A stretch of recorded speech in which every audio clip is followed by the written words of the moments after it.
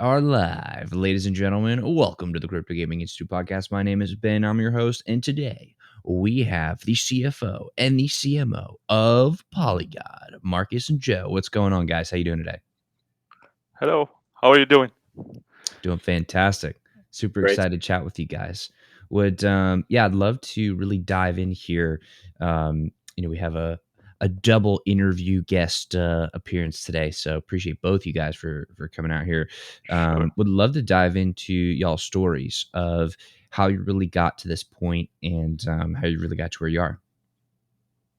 sure. Marcus, do you want to start with yourself? Yeah, we could do that. Yeah, so this whole crypto journey for me started in 2018.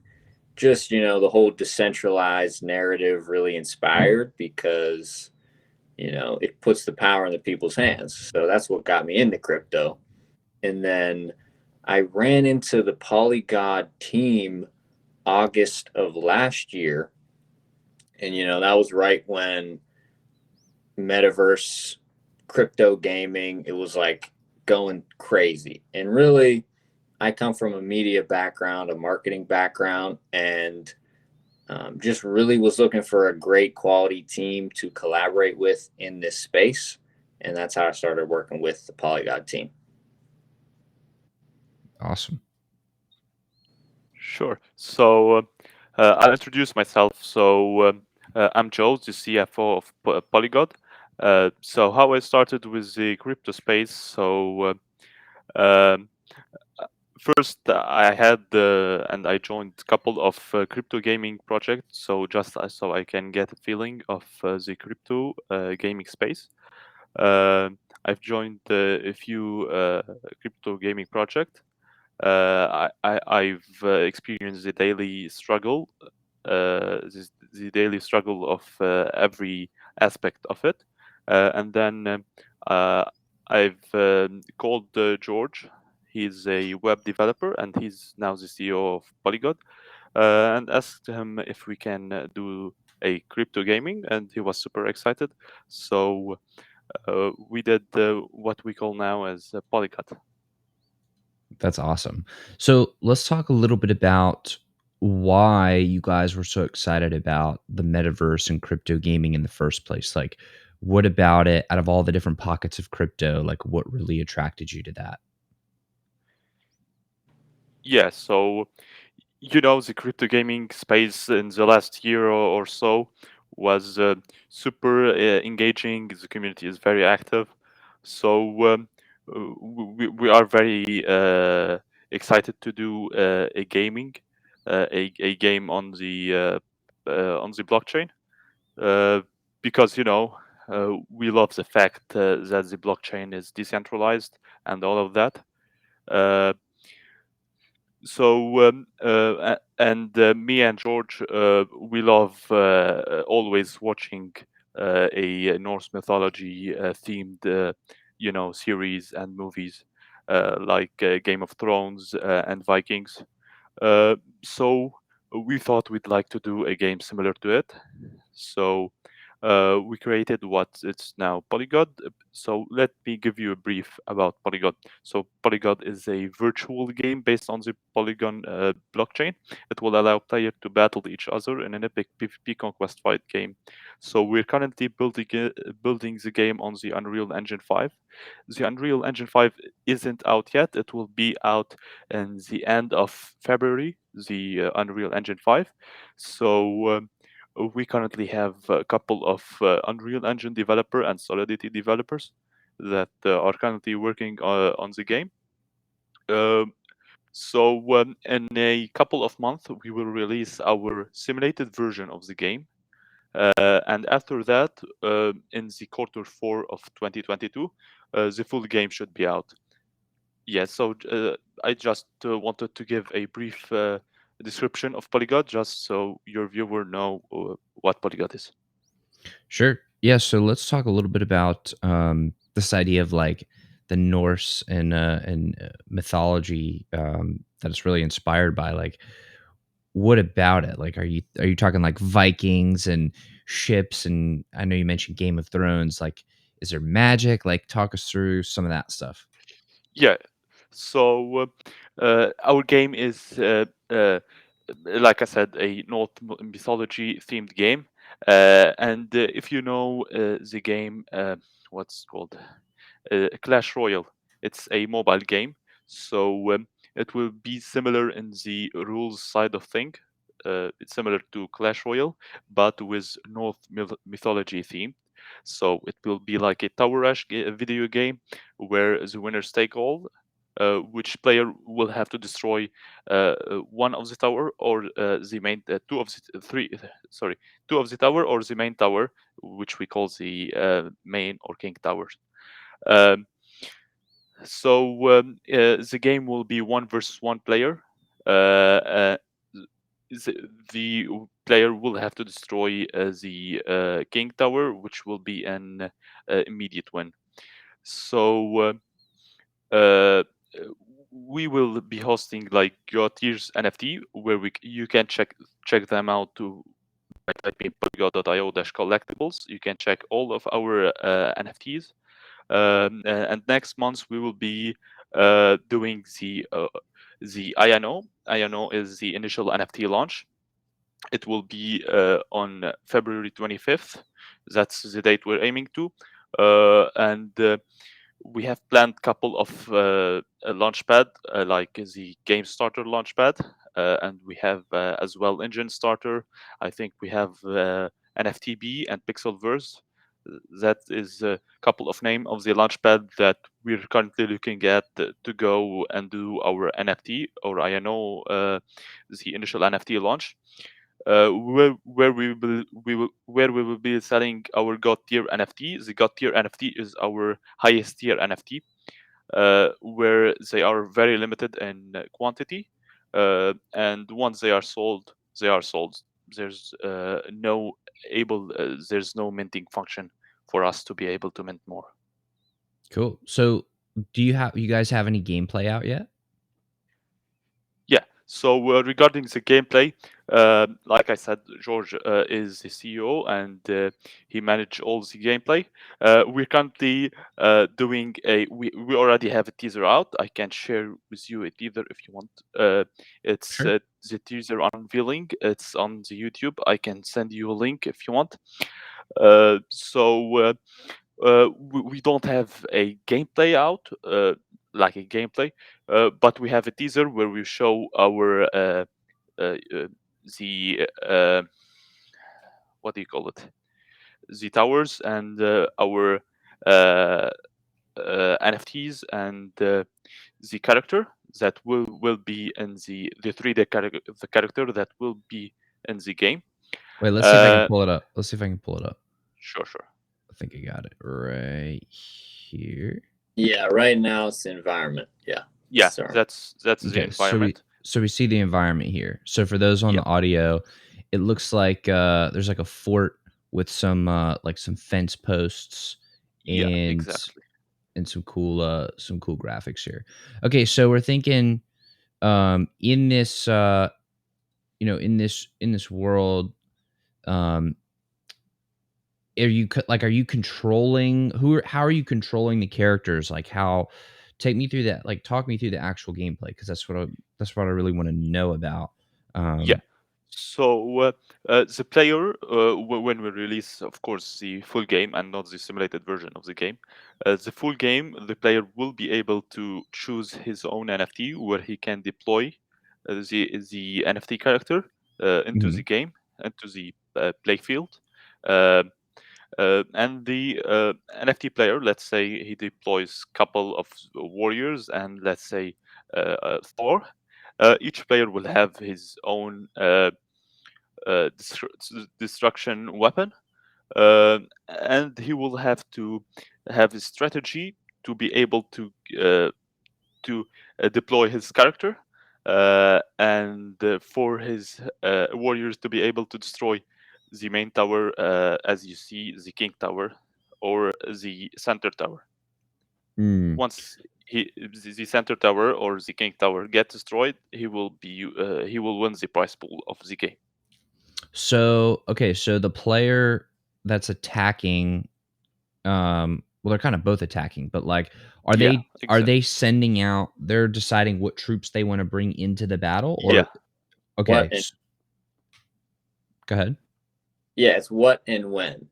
So it's important of when you deploy your troops and where you deploy your troops because essentially we have a health meter where it's not energy like an Axie. It's the less damage you take, the longer you can play as that character.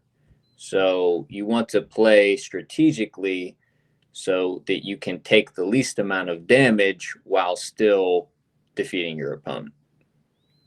Okay, and so you're actually controlling your characters. I'm just a little confused on that part. Like, are It's like you're sending them out, and then it's kind of like an auto battler at that point? similar, yeah. Mm, And cool. you can choose where and when. So, say, certain if you have archers and the other person is playing with horses, you can Mm-hmm. decide where to put them. So you still have a little bit more control than a full auto battler. Mm-hmm. Sure. Decide like this character is better versus that character. So you can like put them over there to defeat them faster, stuff like that. Oh, that's cool. That's almost like it's it's like a little bit reminiscent of kind of Medieval 2, the Total War series, but then mixed with more of like an auto battler. Um and it's almost like, I don't know if you guys ever played the old Warcraft 3 mods, but they had did you guys ever play that? I played medieval. So, but Okay. Because they had like this one mod where you had like a tower. There was like two sides, and you would like send troops at each other. But it was like kind of back and forth, and then they were trying to make it to the base on the other side. So it's kind of reminiscent of like a medieval 2, like with a little bit of like a tower rush feel. Cool. Yeah, that's really cool. How'd you guys decide on that particular style of game as opposed to the trillions of options there are out there? yeah, I'll quickly throw this in and then Joe take it where you want to go. I think a sure. lot of games want to make the biggest universe right out the gate when it takes years to develop. So we really wanted to do a game that's going to be fun, exciting, cool graphics, more in depth than a lot of games that are out there, but still something that's, we can execute quickly that's going to be fun. Cool. Joe, anything to add on that part? Yeah. So uh, so personally, I really like the Clash Royale theme game. So it's so energetic, and it's like a 90% strategy game where there isn't where the chance of winning just from your luck is small, because we want people to actually have a strategy to win the game, and not uh, be like a pay to win game, but we want it to be uh, play to earn game. Yeah, that makes a lot of sense. So let's talk through the earning mechanisms within the game. Um, would love to understand. I know you mentioned NFTs, and I have a couple monitors. That's why I'm looking. But I know you have NFTs in the game. I know you have multiple different currencies within the game. Maybe you could take us through how everything works and what the economy actually looks like. Sure. So the player actually will have a multiple sources of income. One of them is playing the game, where he can, let's say, join a particular game, let's say for $10, and the opponent join as well for $10. Uh, let's say player one, player A win. He gets the price pool of the game. It's $20 minus the 10% that uh, the company take, just to make sure that we keep operating and we market it more. So he let's say the player A joins the game, put $10, and he gets $20 minus the $2, so $18. So that is a 1.8x from his price pool entry. And of course, he can rent out the NFT. That feature will be released after the release of the full game. We will have, of course, our own NFT marketplace that we're currently as well working on, where he can sell his NFTs to other players as well. And we will have, of course, multiple features where the player actually can win. We will be having as well a tournament where he can join tournament with other players, where the prize pool will be, of course, bigger, but of course he will have to win more games. For example, let's say a uh, he joins a 16 players tournament that is and he joins for $10, that is $160 exit. That's 10 times more than he will get by joining just one or winning one game. Okay, so it's almost like it's like a pay to enter type of game where like you're putting money into a pool when you're fighting somebody else, and then if you win, you win. If you lose, you Yeah, lose. yeah, it's like a play to win. Uh, because people want to win. It's like a play to earn game, whereas the player want to actually win actual money and not just virtual currencies. Mhm. So and of course we will be having a like a virtual currency if they just want to experience and see the game, and we will be also having like a free entry type of games, not just like pay if you want, if you can't enter any game without paying. Of course there will be option for people that just want to have fun with the game. That is also an option.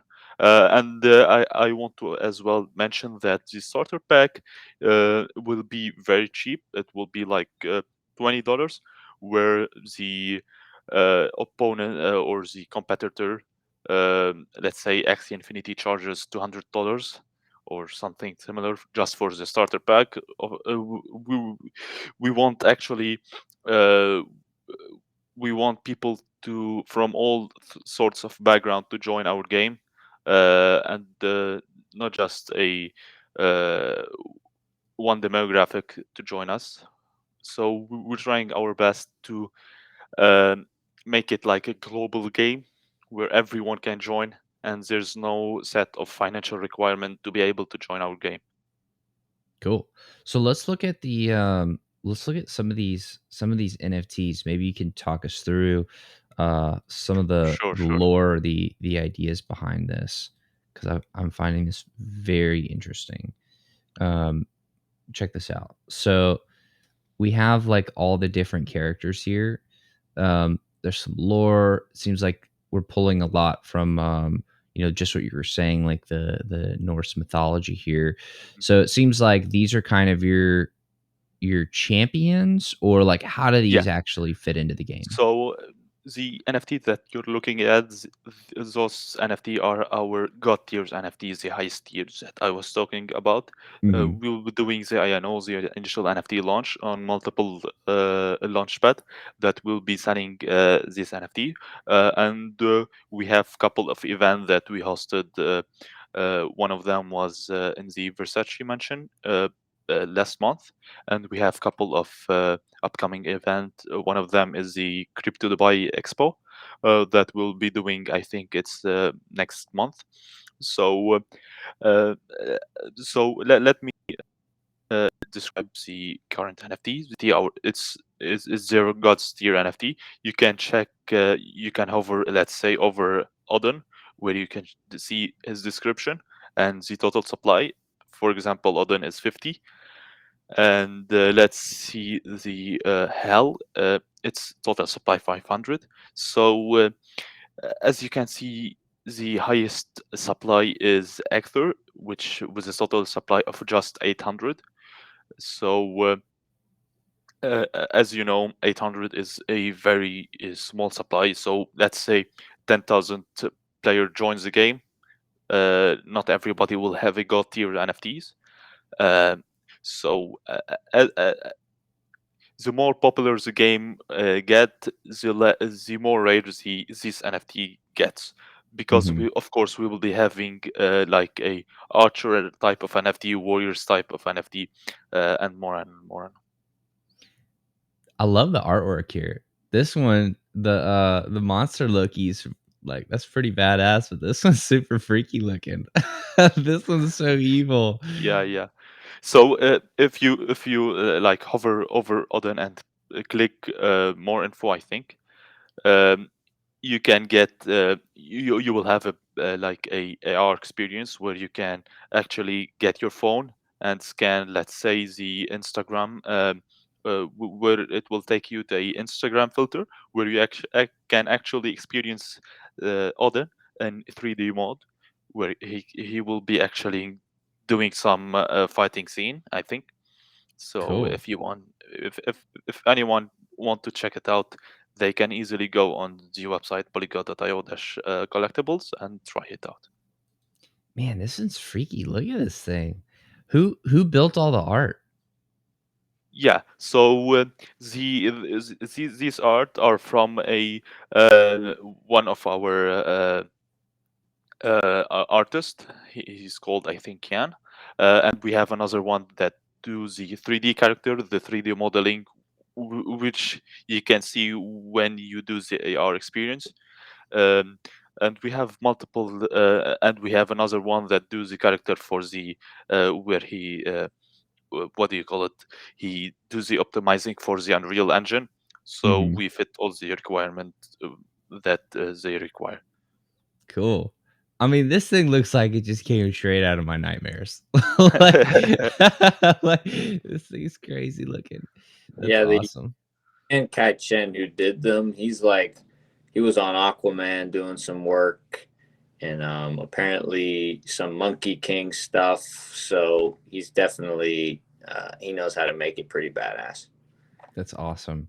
Yeah, so let's actually that's gives me a good idea. Let's talk about the team a little bit. So where did Sure. um where did you all like come from and what's your backgrounds and like just love to Yeah. learn more about you guys. Yeah. So we have George, the CEO of PolyGod and the main dev. Uh, he has uh, web and gaming background, and then I have then it's me, Joe, the CFO of PolyGod, and we have, of course, Marcus. He's the chief marketing officer of PolyGod, and we have Ania, which is a product marketing specialist. We have James, the digital artist. We have Jan, the character concept artist. We have Vlad, one of our advisor, and Kenzie as well. And we have uh, yeah, 1 minute. So actually, our team come from different background.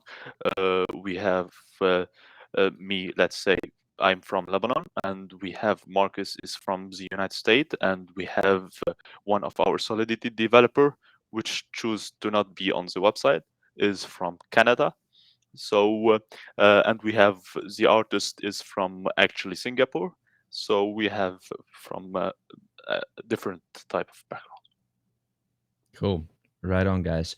So talk me through a little bit. Let's kind of scope out and I feel like we did a pretty good deep dive into PolyGod. Um, Once we have more gameplay, by the way, I'd love to circle back and take a peek at some of the gameplay. I really want to see Of what this course, looks of like course. when everything's live.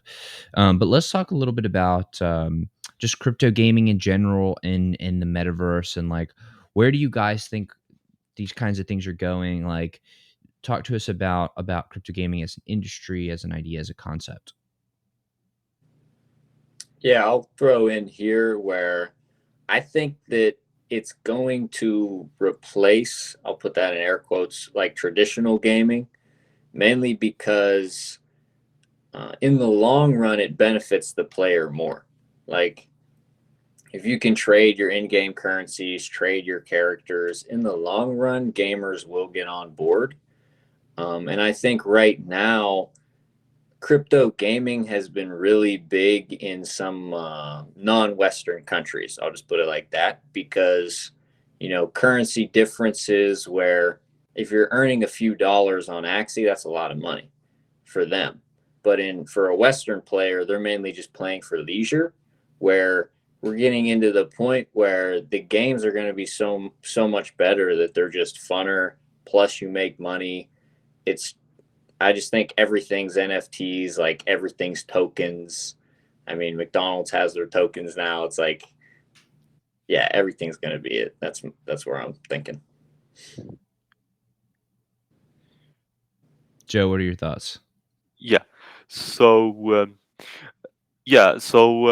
we're very pro metaverse. So we actually every competitor, we don't call them competitor, since they are in this. We think they are in the same team as we are, because we are actually doing like a one mission where we want to make the world more decentralized. And the more decentralized everything is, uh, the more transparent it is, and the more it's anti-centralized, and not only one person can do or do the decision for the rest. So everyone will have their own decision and give their own vote.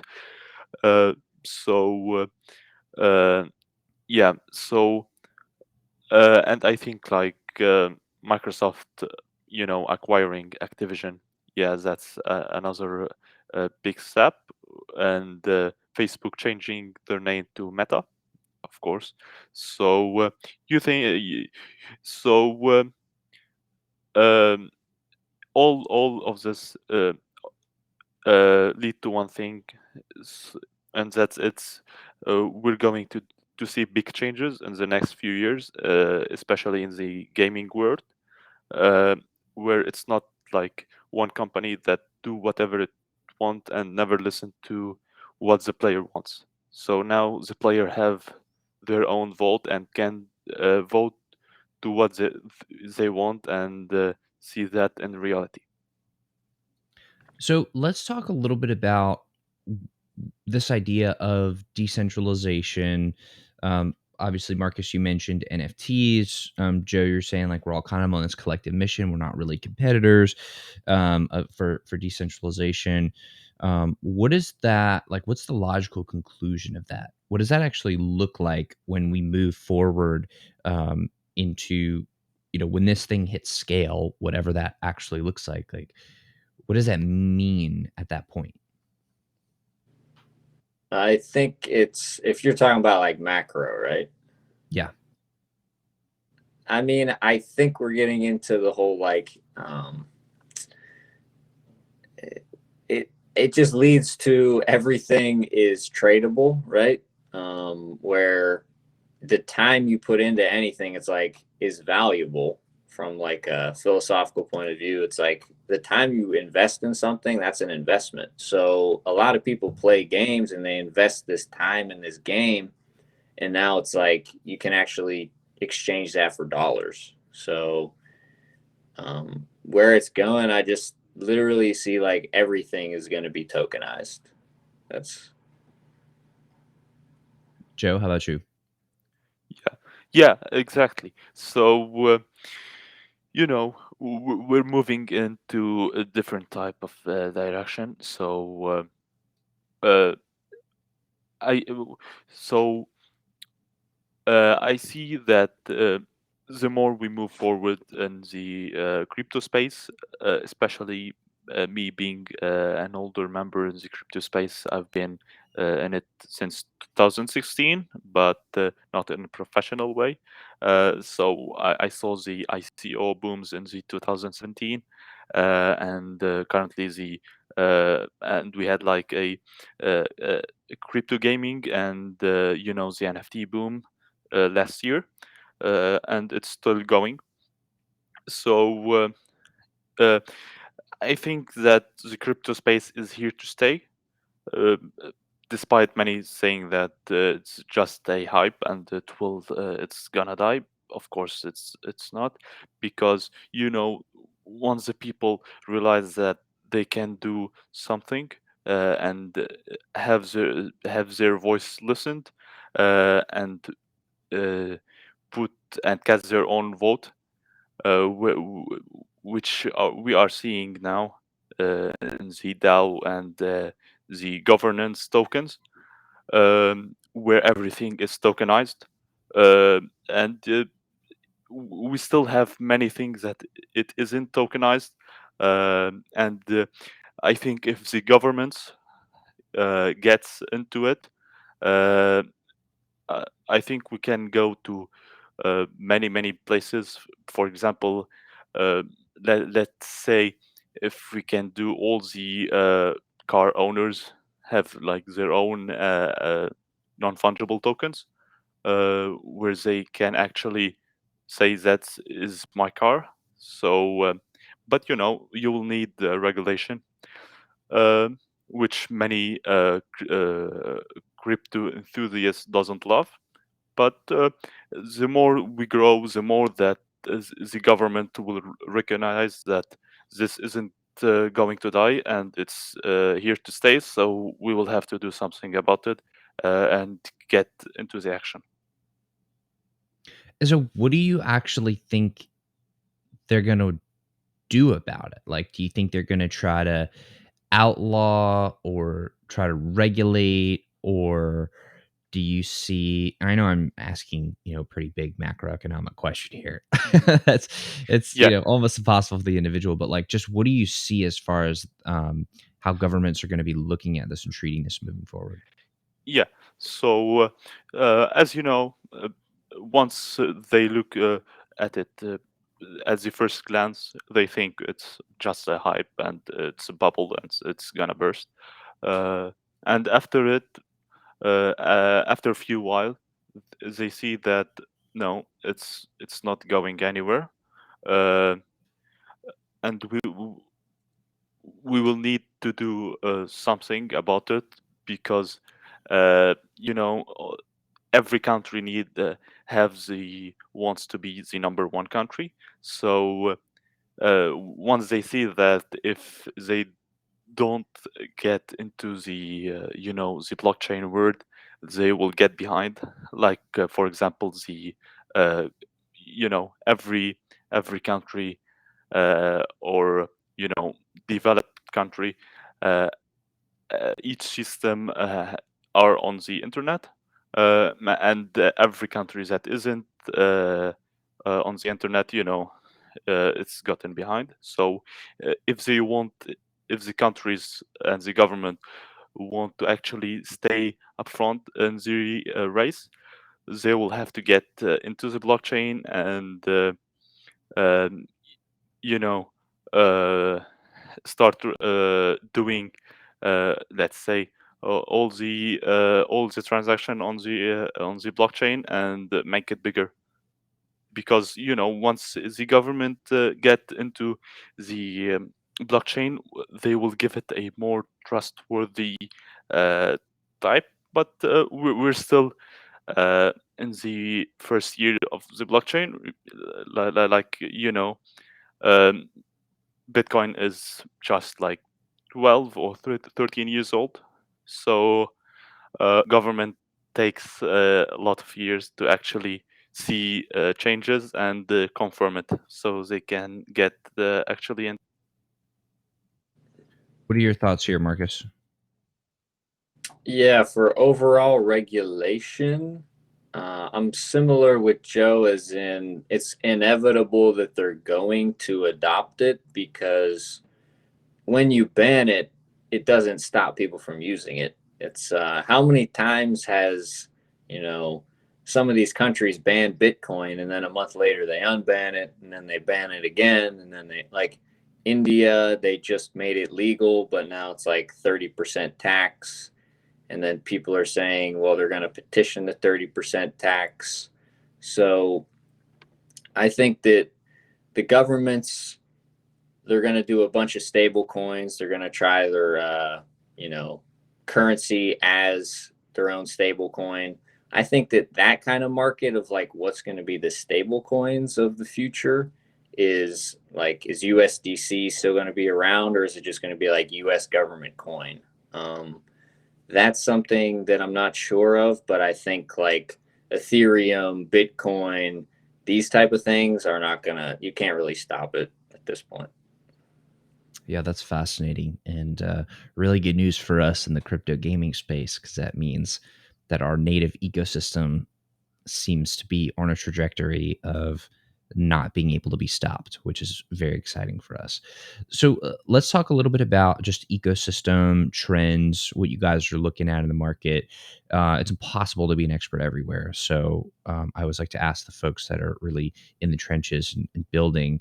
As far as like building, like game developers and deciding what chain to build on, what chain to live on, how do you kind of see that ecosystem, um, and what are the new trends? Like who are the up and coming gorillas that are coming to fight the incumbents right now?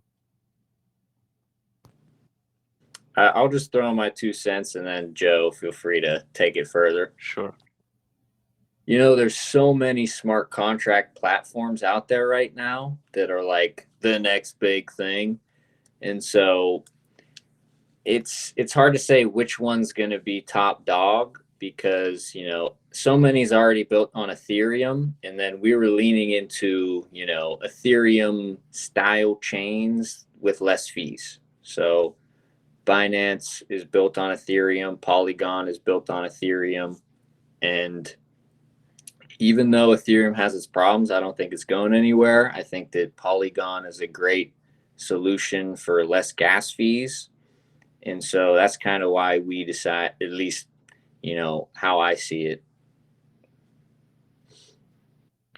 Yeah. So, you know that every blockchain has their own pros and cons. So, for example, uh, Ethereum is faster than, let's say, Bitcoin, the Bitcoin blockchain, but it's more expensive, you know, and you get into the BSC. It's cheaper than Ethereum, but sometimes it get congested. So I think that uh, every blockchain has their own pros and cons. So you just want to see which blockchain has more pros and cons, uh, and once you figured that out, uh, uh, you can actually do some testing and see if people actually are engaged, and see where we're going with it.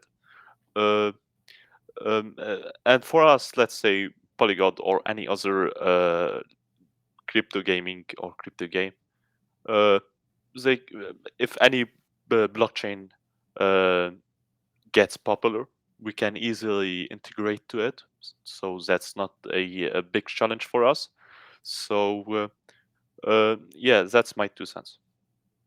So it seems like you're almost saying, as a game, and especially, you know, it seems like you guys are going a little bit more lightweight to begin with and then building out bigger over time. But it's almost like, okay, well, which one suits our needs right now? And you went in and did some research, and where's their traction? And then you're always keeping an eye on, okay, well, if we need to go port over to a different one or integrate with a different chain, then we can do that later on as needed. Is that kind of what I'm hearing? Yeah, yeah. So of course, first you want to get a feeling of the market and see of the current situation, uh, and see what's the best for our project. And if we see that if there's any better option, of course we can integrate to it. Uh, but for now, all of the choices that we already made, we think they are very good. Uh, and regarding the crypto game we're actually building, so we're thinking like 5 years ahead of time, because all these 2D games that are currently out, uh, they aren't here to stay, because in 5 years people want to actually see very good games, and like 3D games. So that's what we're currently trying to build, uh, a a game that players actually can play for generation, for years and years to come, and not just like okay, we made a game, that's it, or like a card game, uh, which let's say people get hype for it for a couple of months and then die. No, we actually want something to uh, get people attention for years and years to come. So let's talk about the more on the state of the market, because I think you guys have done a lot of that heavy lifting. And for a lot of the folks listening, they may not have the same perspective. Like when you're saying you have to get a feel for the market, first of all, how do you get a feel for the market, and what is the current feel of the market? Yeah, for me personally, it's very, I'm on crypto Twitter all day long. So uh, it's funny when everyone thinks all hope's lost is when we have this rebound. So we kind of just had the rebound of like 20% or whatever. But the overall market, I really think that we're going to be still pretty bullish until like 2023. But really, at the end of the day, if you're looking 5 years in the future, we're just in build phase. Like, you want to be in today because 5 years from now, like, the lows are getting higher and the highs are getting higher. So, I mean, I look at the macro, I'm watching the YouTubers, and then just looking at like transaction volumes, that kind of stuff. Joe, how Yeah, about you? exactly. So, like Marcus is saying, that you don't actually want to get too narrow and just look in the market every day, because whenever you wake up, it can be up or down. So you want to actually plan for a couple of years, and see what the prices can be in the next couple of years, because uh, people just look into every day. Oh, I'm down, or oh, I'm up my portfolio today. You don't want to do that, because first, it's very tiring, and second of all, you don't get a feel for the market. So whenever uh, you so you actually want to widen the picture and see the picture in full, and see where we're going with the current market. Uh, yeah, so currently I think we're still very bullish, but that isn't what we're here for, because what do you think the price of Bitcoin will be in the, let's say, 20 years? It will be more than that or lower than that. So, and you get the point. Right, right.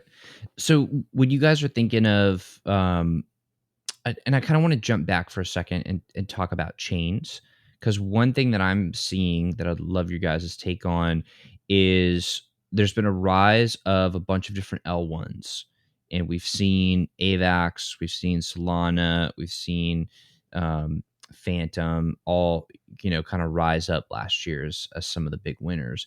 But then we have some maybe dark horses that we don't really hear as much about, or maybe the echo chambers that I exist in, like Near protocol and different things, or even Wax. And I didn't know this, but Wax actually has one of the, not one of the, but the highest transaction volume of every blockchain. It's the most used blockchain. So like, how are you guys thinking about different L1s and which ones are kind of the dominant ones to be looking out for? And then at the same time, there's this whole L2 narrative. And then there's like the application specific L1s. So there's almost like 3 different ways that we can go here. Where do you think we're going in that regard? Yeah, I think there's two ways that it could go, and one is like black hole of everything kind of goes to the biggest ones, or everything is super, like we have little silos, but they're all starting to bridge together. And I think in terms of the kind of heavy hitters, obviously it's like the ones you kind of mentioned of it's like Solana, Phantom, AVAX. They're like I kind of look at them. They're not one to one, but they're like all pretty good. Ethereum just has the most. It's like you can't be bigger than your mothership, right?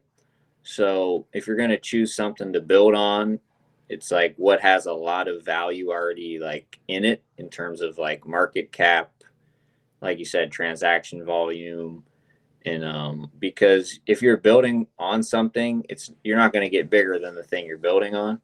So but yeah, I see kind of two futures of everything kind of ports into one, like the most or like just like a top three scenario, or like everything is kind of on its own and we have these small bridges. But yeah, we're at not the precipice, but like we're figuring it out as a whole community. And is that more of you're thinking L1s are still gonna be the way that people transact and where people live, or does that include L2s as well? Well, I think L2's got really big because of Ethereum's problems. And I think these new L1s are trying to like solve those problems. But yeah, I don't see L2's going anywhere for sure. Joe, what do you think? Yeah. So, like people usually expect the world to be in balance, and everything have their own balance. But, imbalance is the natural state of the world and not balance. So, like Marcus is saying, uh, uh, 80% of all uh, the crypto project or everything will be on just 20% uh, of the blockchain. So you have to see which one are the winners and get early on them. Um, yeah, so that's my 2 cents. Yeah, that's it. And so as far as who those 20% are gonna be, are you thinking similarly to Marcus is gonna be L1s and L2s don't really have a future? Or, like, what are your thoughts there? Yeah. So I can't really say which one will be because if I know I'll be first. But my personal opinion, I think like Ethereum is here to stay. Maybe a few of the L2s uh, will get uh, very high, but I don't think they will get like in uh, the top one. But yeah, that's it. Fascinating, fascinating. Guys, I know we're about at time here, so I really appreciate you guys coming on and talking about the game, talking about the market, talking about the greater macro environment here. So I appreciate you guys, and just want to thank you for sharing some of your time with me in the show. Sure. Thank you, Yeah, Ben, for hosting us. Absolutely. You guys are awesome. I love what you're doing with PolyGod, and looking forward to seeing some more gameplay and have everything launched. So yeah, excited to see what you guys build for us. So thank you very much. Everybody's watching and listening. Thank you very much. And I will see Sure. you all on the next episode. Take care.